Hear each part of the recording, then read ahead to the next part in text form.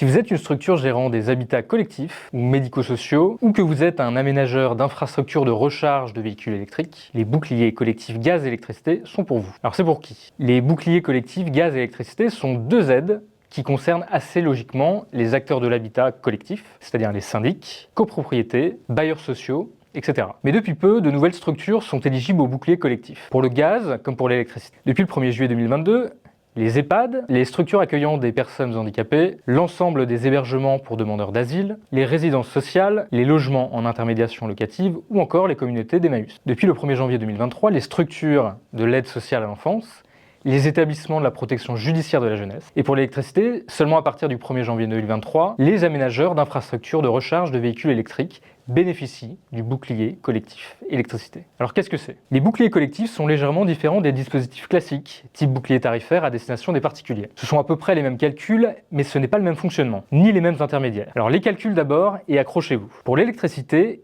il s'agit d'une aide forfaitaire, plafonnée, calculée sur la base de la différence entre le tarif réglementé de vente, TRV, non gelé, et le TRV gelé, appliqué à la consommation d'électricité. Pour le gaz, il s'agit également d'une aide forfaitaire plafonnée chaque mois par la différence entre le TRV non gelé et le TRV gelé d'octobre 2021 pour le second semestre 2022, et du 1er janvier 2023 pour 2023, appliqué à la consommation de gaz. Sur la base des prix du TRV non gelé, majoré de 30%, l'État prend à sa charge la part au-delà de ce montant, à hauteur de 75%. Contrairement aux aides décrites précédemment, le bouclier collectif est appliqué a posteriori, c'est-à-dire sur des consommations d'énergie qui ont déjà eu lieu. Le bouclier collectif ne figurera donc pas directement sur votre facture, puisqu'il y a une procédure de dépôt de dossier. En tant que fournisseur, nous sommes en charge de collecter et de transmettre les demandes d'aide de nos clients à l'Agence de services et de paiement, l'ASP. Le dispositif s'organise donc en vagues de versement de l'aide, après une étude de l'ASP des dossiers de demande. L'ASP, si elle valide la demande, nous envoie ensuite le montant de l'aide, que nous